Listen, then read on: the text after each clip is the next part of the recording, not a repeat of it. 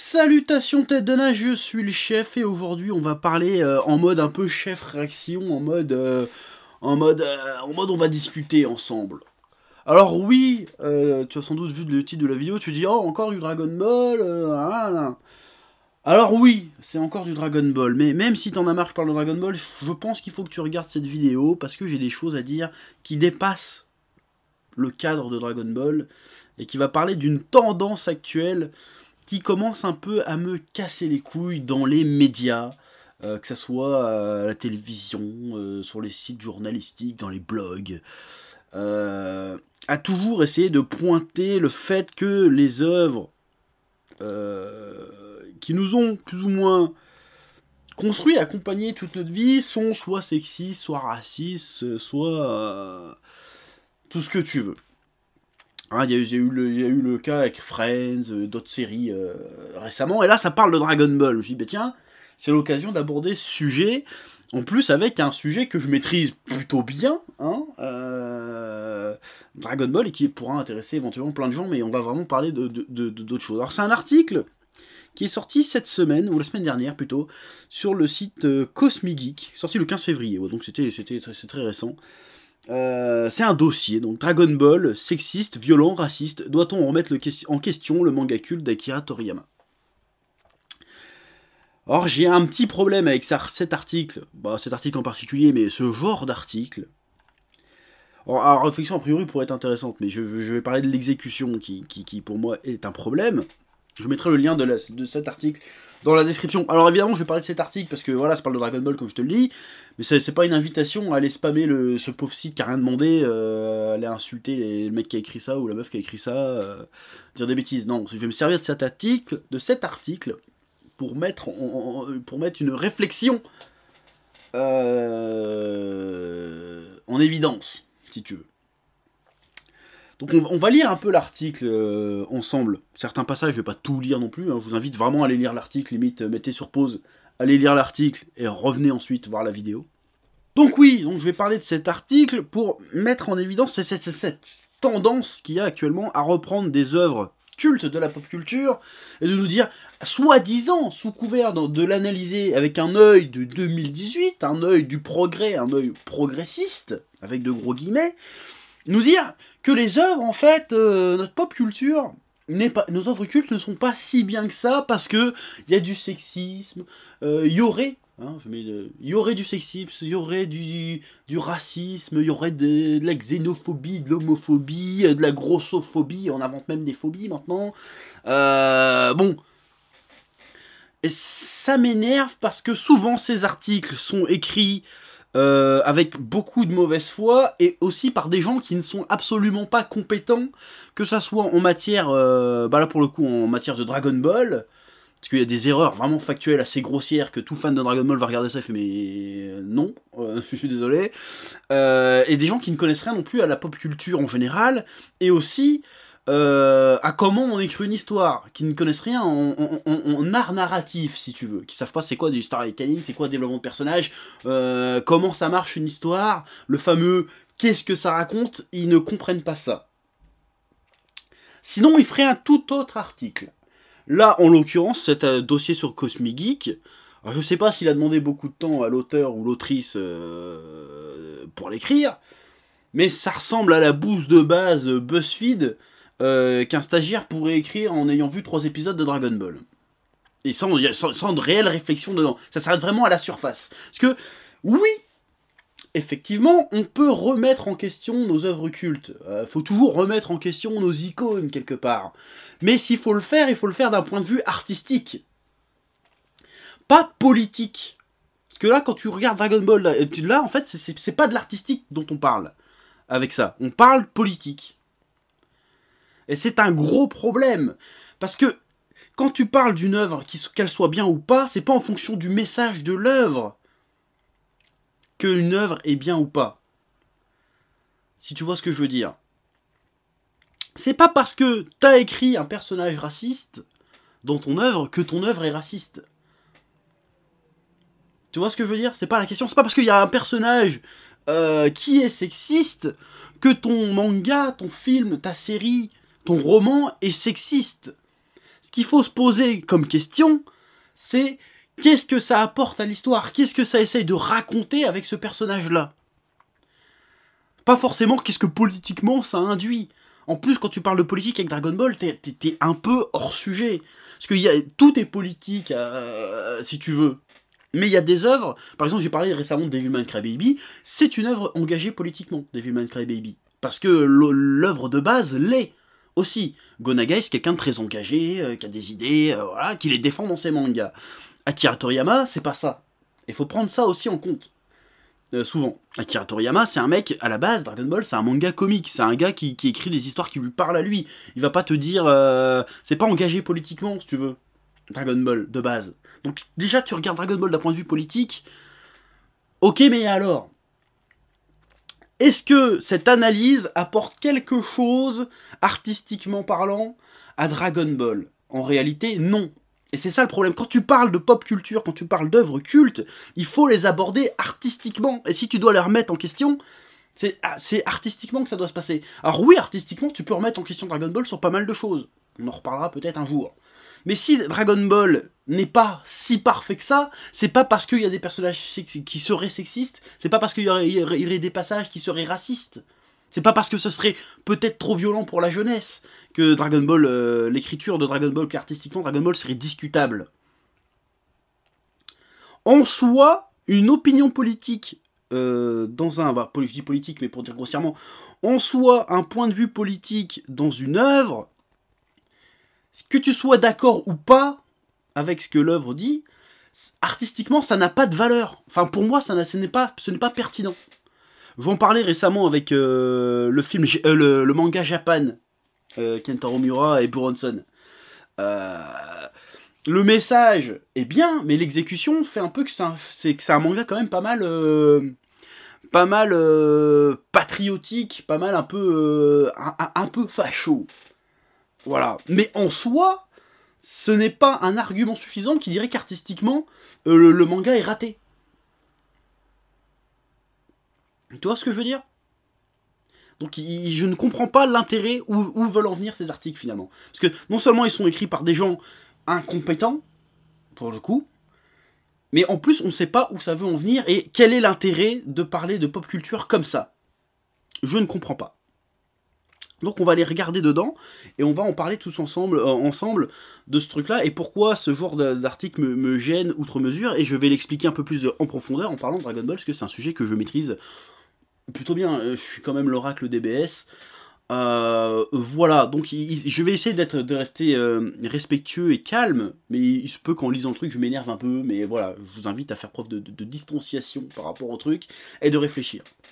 Voilà, alors c'est pas... Le problème, encore une fois, hein, avec cet article, c'est pas qu'on remette en question le fait que Dragon Ball soit sexiste ou pas.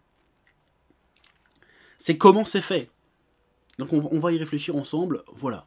Bon, l'introduction de cette vidéo était un peu longue, mais il faut... Voilà, c'est vraiment pour que tu comprennes de quoi on va parler aujourd'hui. Voilà. Hein, donc là, je vais lire un premier extrait de l'article. Comme je te le répète, l'article en dessous, je mettrai peut-être à côté pour que tu vois en même temps que moi. Alors, le premier paragraphe, c'est sexiste, évolution de la place des femmes dans le manga. Déjà, j'ai toujours trouvé que cette expression, la place des femmes dans une œuvre, machin, j'ai toujours trouvé ça assez stupide. Parce que en soi, mettre des personnages féminins, si tu veux, c'est pas une fin en soi. Hein, comme je te l'ai dit, l'important c'est qu'est-ce que ça raconte. L'important c'est pas de mettre des femmes, c'est ce qu'on en fait.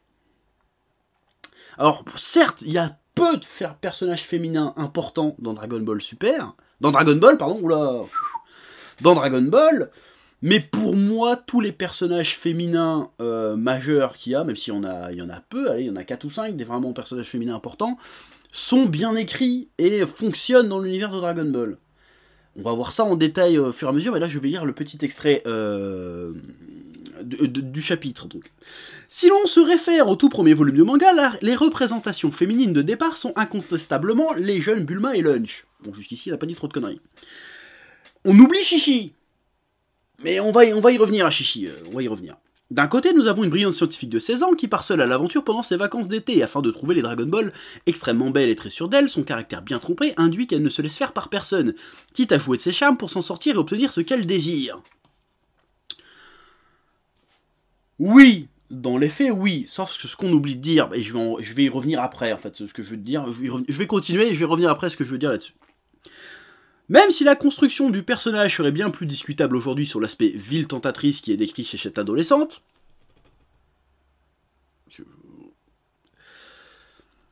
Toriyama place Bulma très haut sur l'échelle intellectuelle. Oui, c'est la personne la plus intelligente sur Terre. Nous sommes en 1984 et la place de la femme dans les représentations cinématographiques ou littéraires reste très largement dominée par la figure de la faible demoiselle en détresse.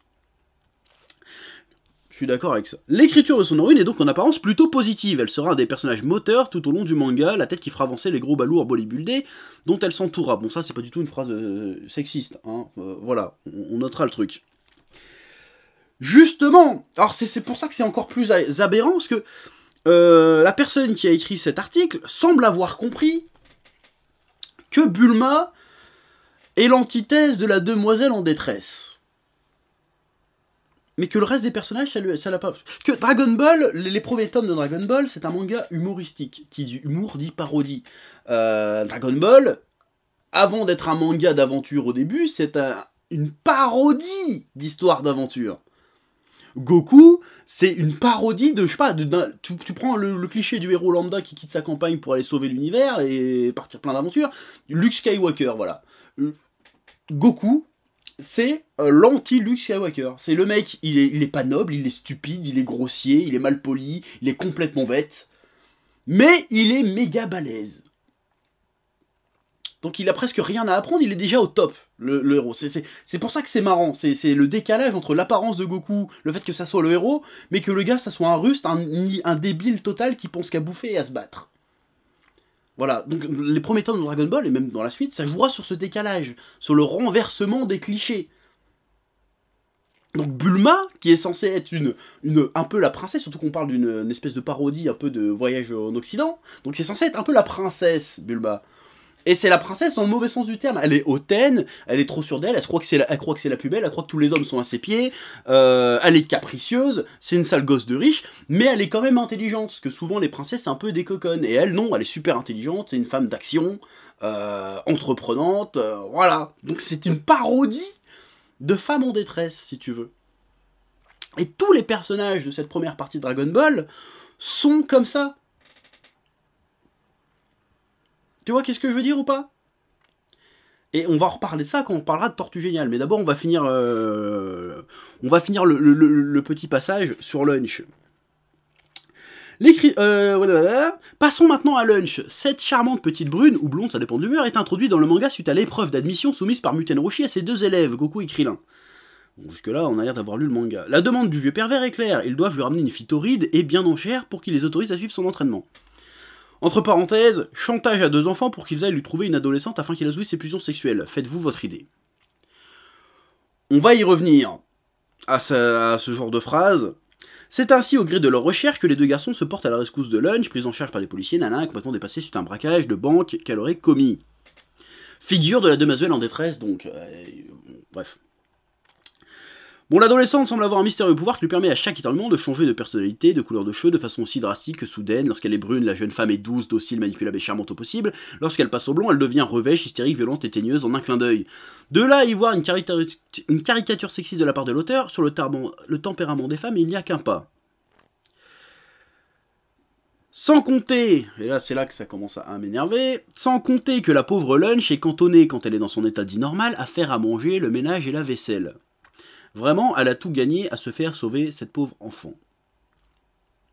Quand on ne regarde plus près, les bien que l'écriture soit assez simpliste et caricatural, n'oublions pas que Dragon Ball est à l'époque un manga plus humoristique qu'autre chose. Bon, quand même, ils ont bien conscience qu'il s'agit d'un manga humoristique avant tout. Donc le personnage de Lunch, c'est un personnage censé être drôle.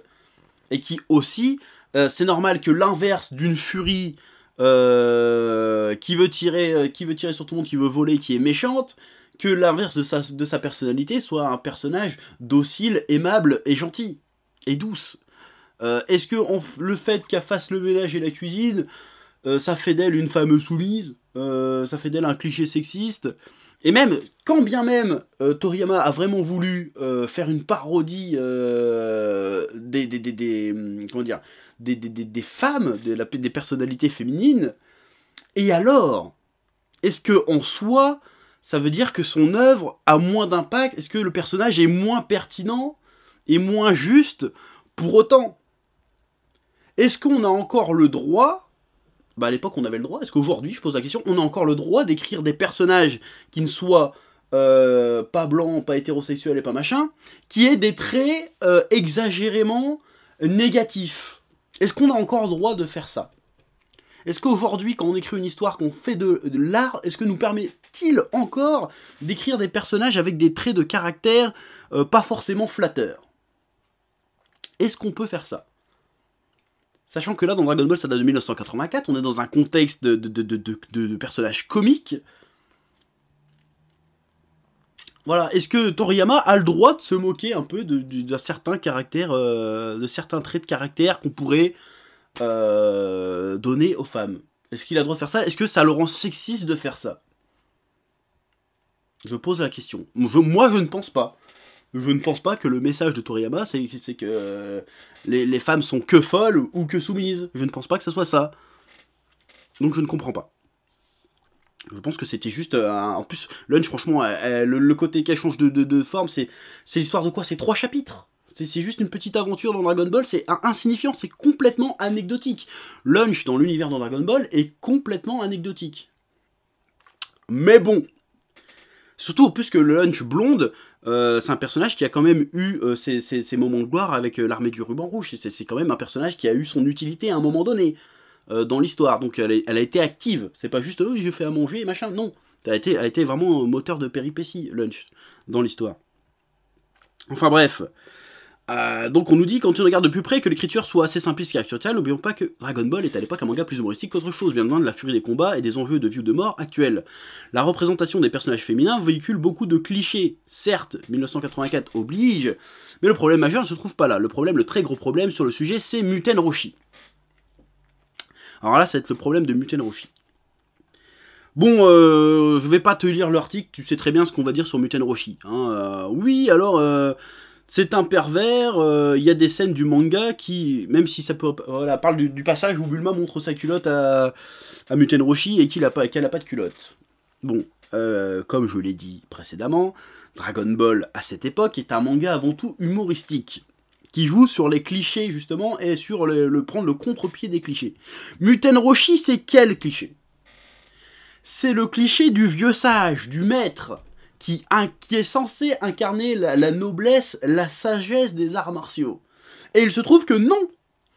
Le mec est un déviant sexuel, est un pervers, est un obsédé.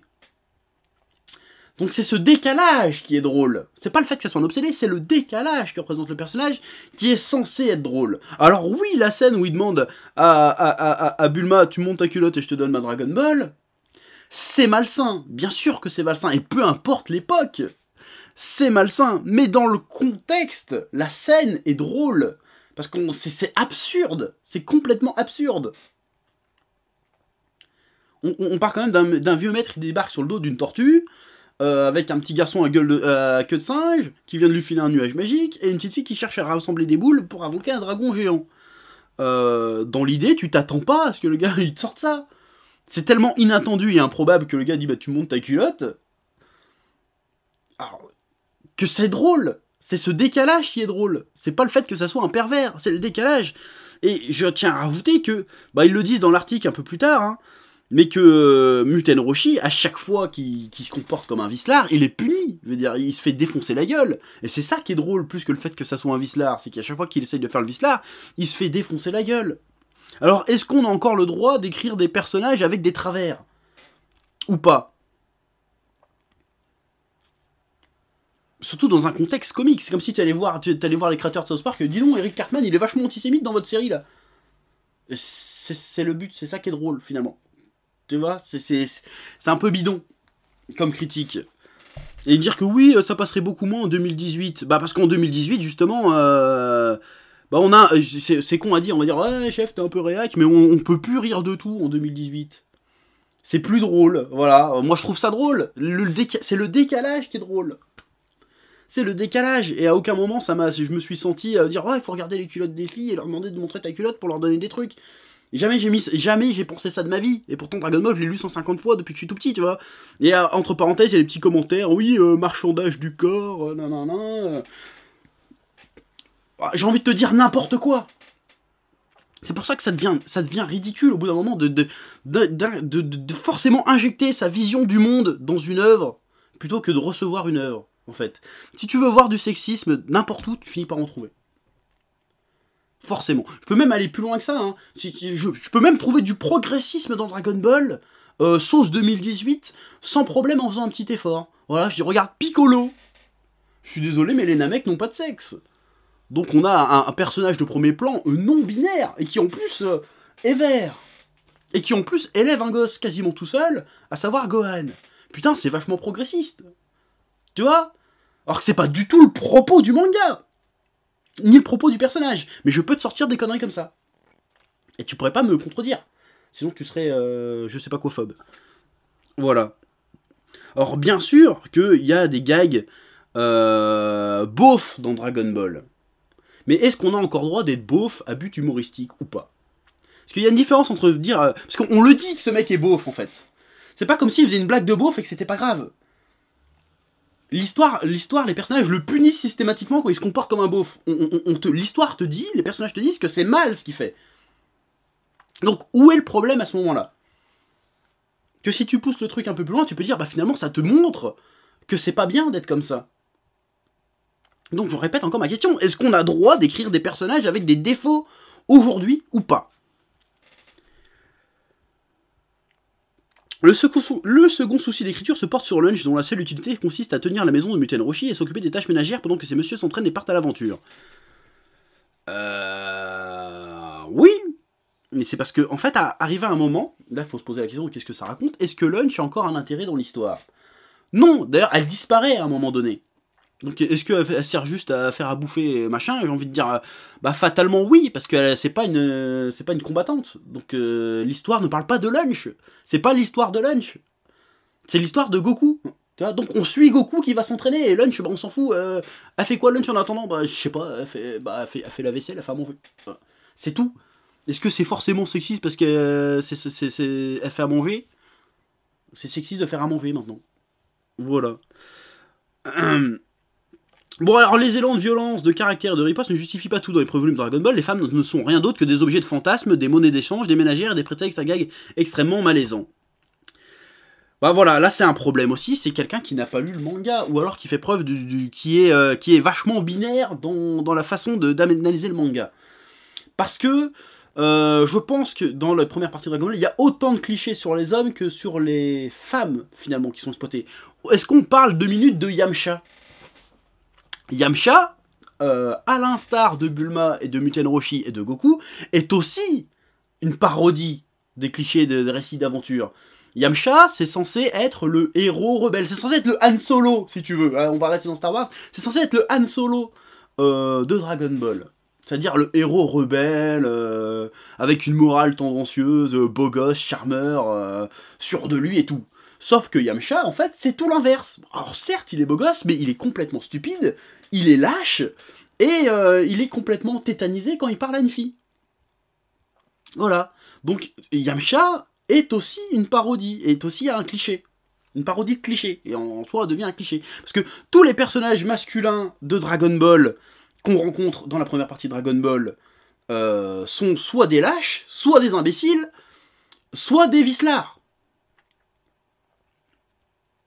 Donc, est-ce que c'est spécialement à l'encontre des femmes que Toriyama est un peu vindicatif, un peu moqueur? Non! Ce serait de la mauvaise foi de dire ça. En toute honnêteté, tu ne peux pas dire ça. Tous les personnages masculins ont des travers bien plus gros que les personnages féminins. Oolong, c'est un pervers. Goku, il est con et dégueulasse. Yamcha est lâche. Muten Roshi est vicelard.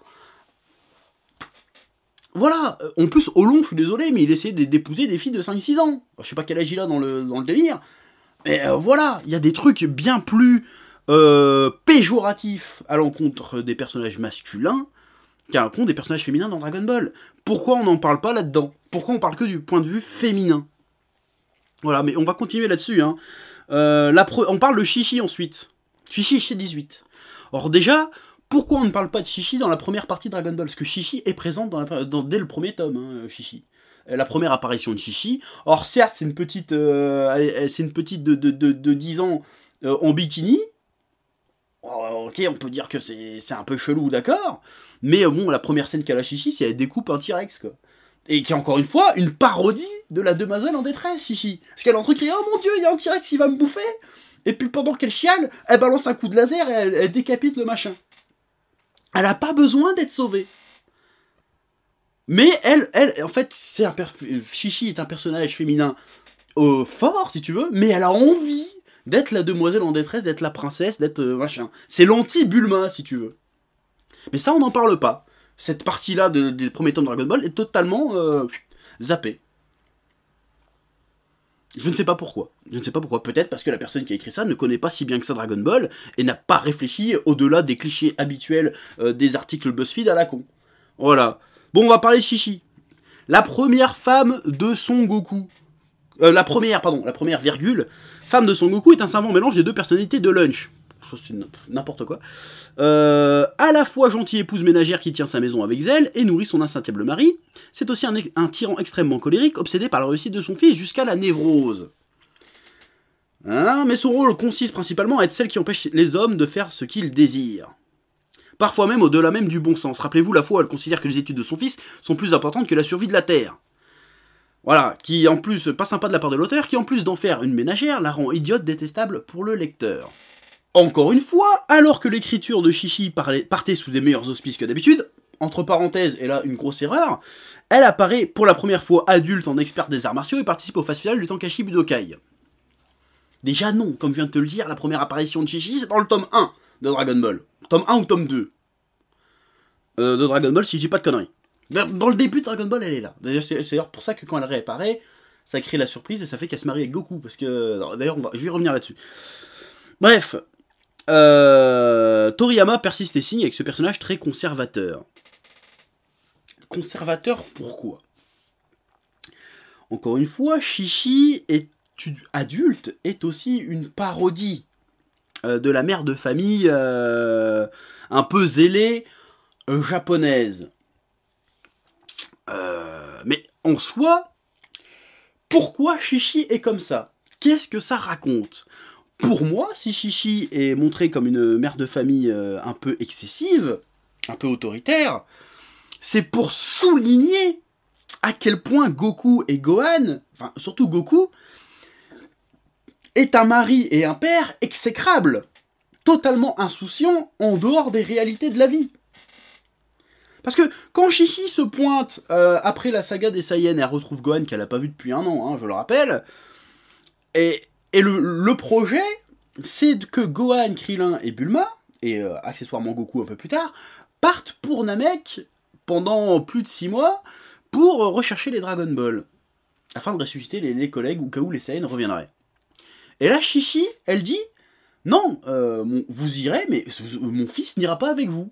Je l'ai déjà pas vu pendant un an, il va revenir à la maison, il faut qu'il fasse ses études, il faut qu'il vive une vie de garçon normale. Parce que je le rappelle, Gohan à l'époque, il a 5 ans. T'envoies pas un gamin de 5 ans à l'autre bout de la galaxie pour aller chercher des boules du dragon. Chi-Chi, c'est le seul personnage réellement sensé de l'histoire, en réalité. Et elle a raison de pas vouloir envoyer Gohan. Parce que quand on voit ce qui s'est passé sur Namek, en plus, il aurait mieux fait de rester à la maison, Gohan, tu vois ce que je veux dire? Et à chaque fois que Chi-Chi arrive et dit « Non, faut pas faire ça, c'est pas bien, la vraie vie c'est pas ça, mon fils il va être un cas social parce que tu lui apprends à se battre alors que c'est pas le plus important dans la vie, il faut qu'il ait un métier, tu vois, faut qu'il travaille à l'école. » C'est le seul personnage terre à terre du manga en réalité. Et quand tu vois Chi-Chi, c'est pour le contraste entre le gamin qui est Goku et la femme déterminée qui est Chi-Chi. C'est en ça que le personnage de Chi-Chi est intéressant en réalité. C'est pas parce qu'elle empêche quoi que ce soit. Est-ce que t'as déjà vu Chi-Chi empêcher l'histoire d'avancer en réalité? Jamais. Mais jamais. À chaque fois, elle fait mais arrête de t'entraîner Goku, faut trouver du travail et tout. Il fait ouais t'as raison, il continue à aller s'entraîner avec Piccolo et Gohan, il en a rien à foutre. Il part dans l'espace, il va chez Kaio, il s'en bat les couilles. D'où Chi-Chi serait une castratrice. Moi, pour moi, elle est juste là pour montrer que Goku, c'est un bâtard. Or, à la limite, tu pourrais... Là, ça serait intéressant, et là, il y aurait une preuve de réflexion derrière. Tu pourrais dire, est-ce que Chichi, finalement, serait pas dans une relation abusive avec Goku? Finalement. Parce que là, elle est obligée de tenir la maison, de s'occuper des gosses, qu'elle a élevés quasiment toute seule. Parce que soit il était mort, soit il était parti à l'autre bout de l'univers pour on sait pas quoi foutre. Et pourtant, elle reste avec lui, tu vois. Là t'aurais eu un début de réflexion intéressante. Voilà. Moi, à l'époque, j'avais gueulé sur le traitement de Sakura dans Naruto, et que je pensais qu'on voyait vraiment une mauvaise image de la question féminine dans Naruto. Mais pourquoi? Le problème, c'est que le personnage de Sakura n'existe que, et tout le storytelling autour de Sakura, n'existe que autour de sa romance, prétendue romance avec Sasuke. C'est le seul arc narratif autour de Sakura. C'est ça. Sauf que le Sasuke, il en a un foutre de sa gueule, il la méprise, il lui tape sur la gueule, il lui fait des gosses et il se barre à l'autre bout du monde. Et pourtant, on te dit encore que cette histoire, elle nous est présentée comme étant romantique. Parce que la grande histoire d'amour de Naruto, c'est pas Naruto Hinata, hein, comme ça nous est présenté. C'est Naruto c'est Sakura Sasuke. Qui est une histoire d'amour qui est pour moi totalement malsaine. Et là, en l'occurrence, oui, on pourrait dire que ça envoie une très mauvaise image. Est-ce que c'est sexiste? Je ne sais pas, mais ça envoie une mauvaise image. Pourquoi ne pas prendre cet angle-là avec la relation Shichi-Goku? Même si c'est pas le seul... C'est pas le seul, comment dire, développement qu'il y a autour de Goku et Shichi, mais ça en fait partie. Ça aurait été plus intéressant de me dire ça. Là, j'aurais dit, oui, d'accord, il y a une réflexion, et peut-être on peut en parler. Là, non, là, c'est de la merde, c'est du bas de plafond, c'est zéro, ça. Je dis non. Bon, après, on continue. La vraie révolution arrivera bien plus tard, lors de l'arc cyborg, hein, la première guerrière digne de ce nom, C18. Hein, qui est un tournant dans le manga, parce que bon, je vais pas tout lire le truc, mais c'est parce que C18, c'est une méchante, déjà, et en plus, elle pète la gueule à Vegeta, qui est le personnage le plus macho du manga, incontestablement. D'ailleurs, je me repose la question. Est-ce que, parce que Vegeta est macho, parce que Vegeta est un peu sexiste aussi, raciste aussi, parce qu'il a des phrases un peu limites dans l'arc Namek, hein, est-ce que ça fait de lui un mauvais personnage pour autant?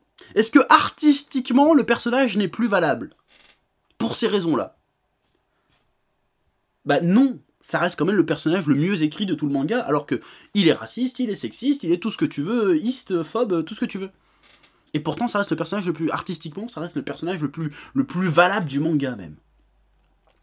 Donc, est-ce que le fait que C18 pète la gueule à Vegeta, en soi, ça fait un développement de personnage? En soi, ça fait un arc narratif, quelque chose? Non! Le personnage est juste balèze. C'est pas ce qui est intéressant avec C18. Ce qui est intéressant avec C17 et C18, au-delà de leur puissance, c'est leur quête d'humanité, justement.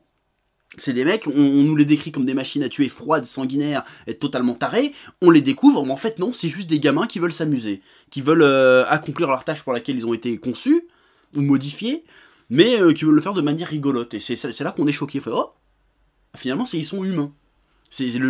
Le but, c'est pas autour de C18, c'est pas dire, ah, c'est une femme forte et déterminée, non. Elle reste présentée comme étant une gamine, finalement.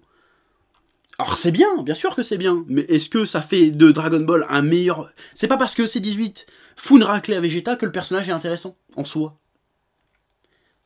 Si tu vois ce que je veux dire. Surtout que c'est le seul combat qu'elle gagne vraiment, parce que après, là on revient plutôt à la demoiselle en détresse, plus machin. Après on nous dit oui, en plus elle finira par se mettre en couple avec Krillin, l'homme au caractère le plus doux, loin des canons de beauté qu'on aurait pu imaginer pour la jolie blonde, donc ça brise les clichés.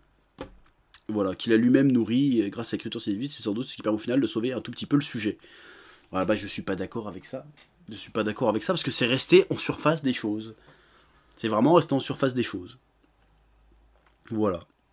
Après, c'est sûr que l'histoire d'amour C18 Krillin est bien mieux écrite et développée que Shichigoku. Mais ça reste quand même en dessous d'un Bulma Vegeta. Voilà. Mais n'empêche que finalement...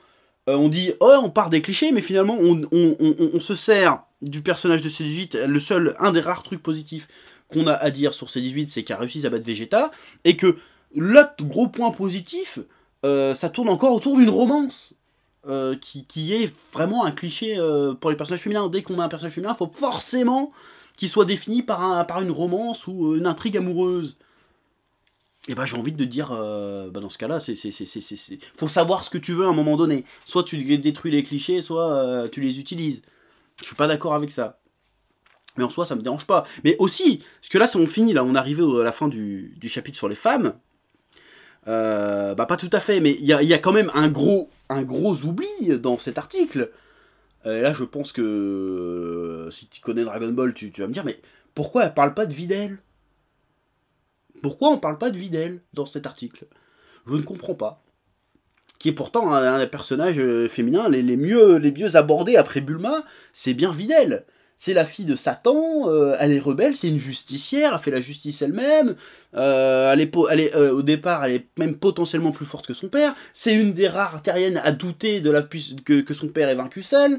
Voilà, elle devient la disciple de Gohan, elle essaye de draguer Gohan plus ou moins, elle est un peu garçon manqué, donc c'est un personnage fort, elle se bat dans le tournoi de Tankaichi Budokai, elle affronte Popovich, bon elle se fait défoncer mais elle se défend quand même, tu vois. Donc on aurait pu garder, on aurait pu parler de Videl.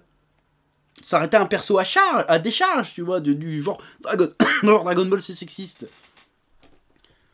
Parce que je suis désolé, l'écriture de C18 serait sans doute plus sexiste en comparaison de Videl. Je pense que si tu veux démontrer que Toriyama, avec le temps, a arrêté les clichés et a proposé des personnages vraiment intéressants et novateurs, bah t'aurais dû parler de Videl normalement. Pourquoi elle n'y est pas dans cet article? Sans doute parce que tu ne connais pas Dragon Ball et que tu sais pas de quoi tu parles. Voilà, et c'est dommage, parce que ça aurait pu être très intéressant comme article encore une fois, hein, mais là, ça passe à côté du sujet, je trouve. Bon, alors je vais dire la conclusion quand même là-dessus, c'est tantôt hystérique, plutôt tantôt guerrière, tantôt scientifique, objet sexuel ou ménagère, la place de la femme dans Dragon Ball véhicule inconstablement de nombreux clichés au nom de l'humour, du gag tendancieux et de la vanne discutable. Mais il faut admettre qu'en escaladant les marges du succès, Akira Toriyama a à peu près gommé certains de ses traits sexistes, jusqu'à faire naître un certain équilibre grâce au personnage de C18. Et surtout de Videl. T'aurais dû rajouter Videl là, vraiment là. Mais je suis désolé, il y a autant de clichés, comme je l'ai dit tout à l'heure, sur les hommes que sur les femmes dans Dragon Ball. Parce qu'il est là l'équilibre. Si tu te moques des femmes, finalement, tu dois aussi te moquer des hommes. Et Dragon Ball fait ça admirablement bien. Aussi.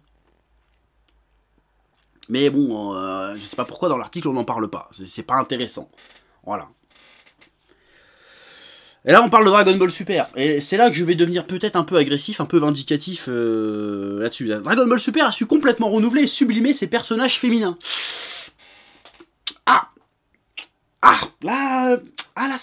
J'ai beau être tolérant, là ça pique un petit peu là, mais bon bref. Mais nous y reviendrons à la fin de ce dossier. Bon, on va aller directement à la fin de ce dossier, parce qu'après ça parle de la violence. Là, je vais même pas parler de la violence. Tu peux pas reprocher à Dragon Ball d'être violent. Bah là, ils reprochent pas vraiment la violence. Ils disent oui, mais c'était diffusé pour des gamins. Oui, mais c'était diffusé pour des gamins en France. Bref, on va pas parler de ça, on s'en fout. Ça c'est pas le sujet le plus intéressant. Voilà, à la fin, on parle de Dragon Ball Super. Donc je vais te lire ce qu'on dit sur Dragon Ball Super, parce que...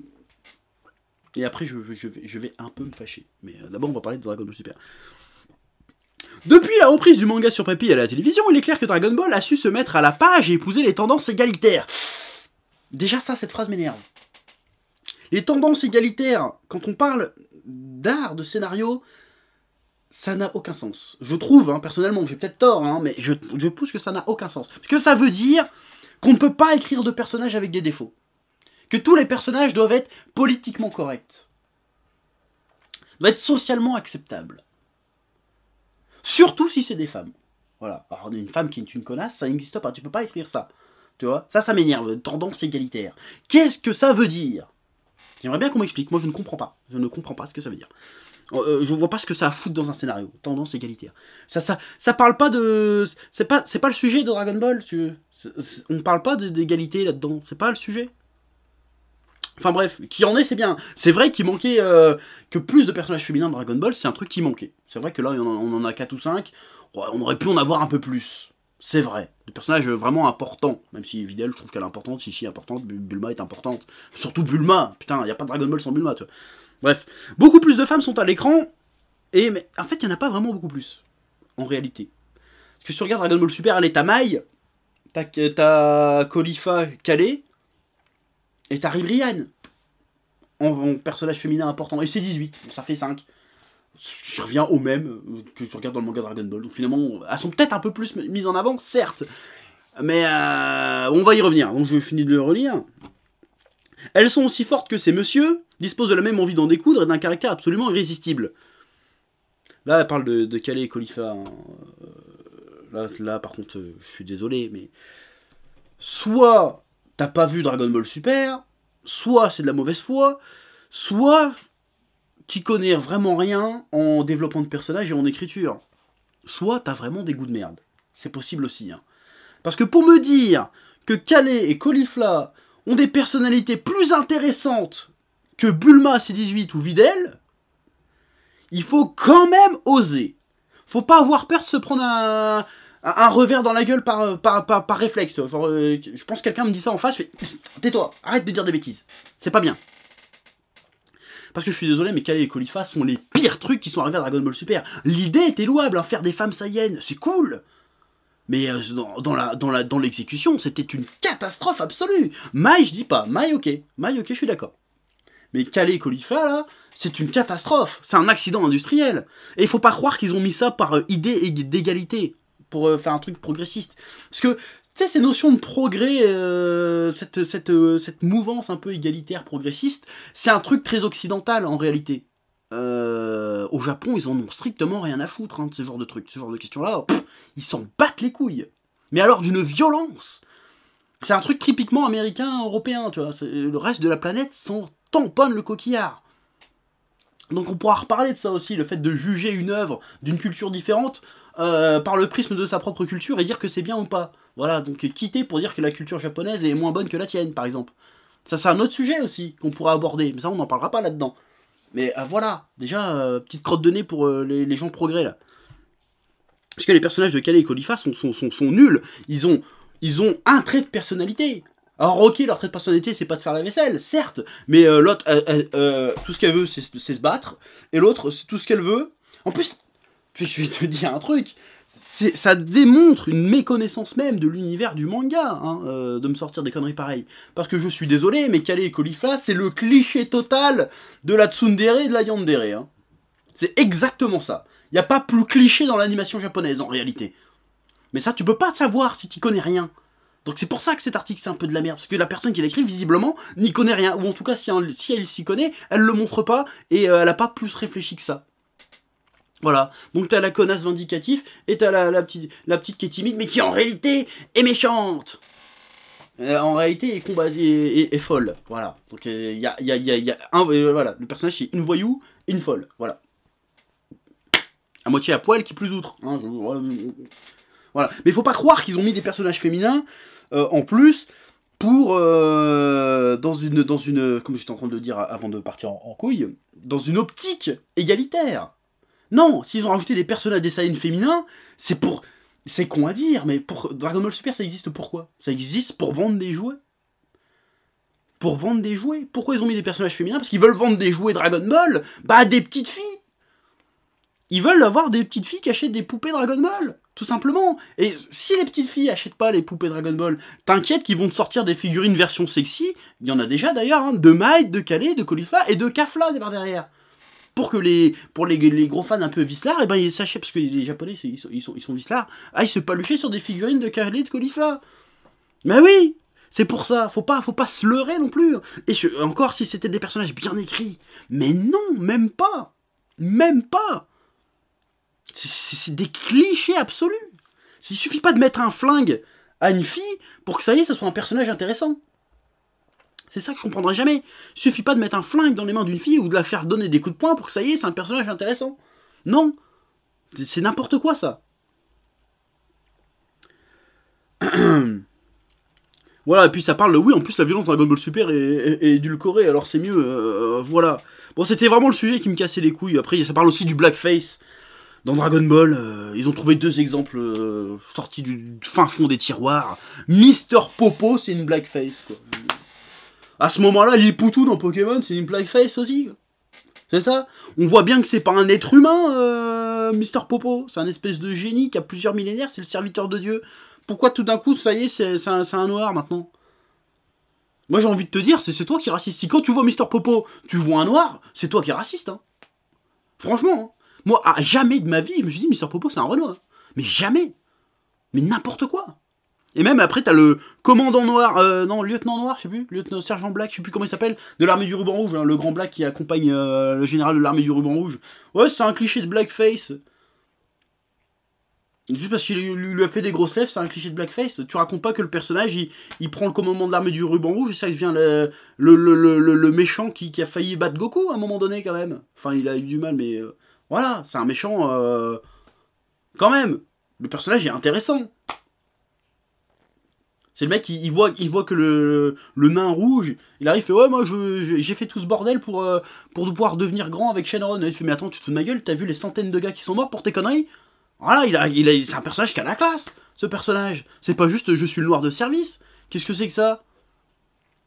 Je comprends pas. Et après, en plus, ils me sortent.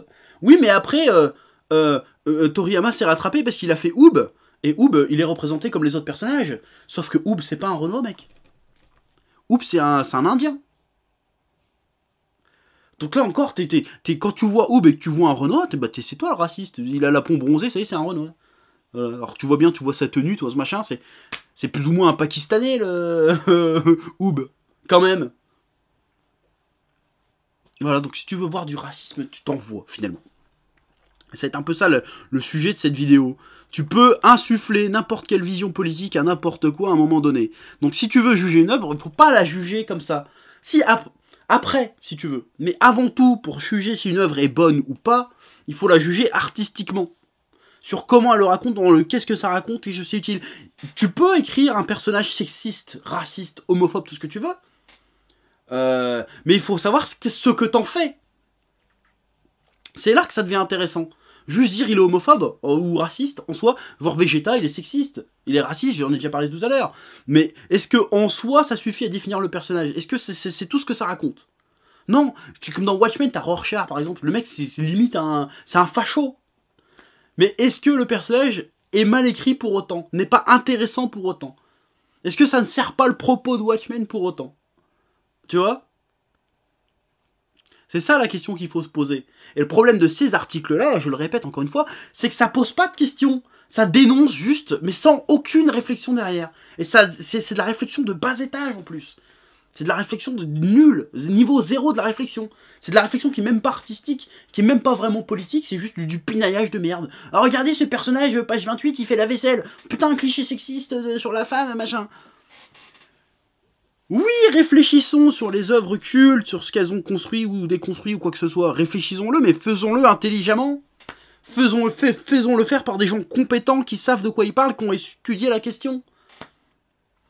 Juste des articles de merde putaclic comme ça, ça ne sert strictement à rien, si ce n'est à accentuer le clivage entre les gens, parce que les gens qui vont pas être d'accord vont être limite parfois même plus cons que les gens qui écrivent ce genre de conneries.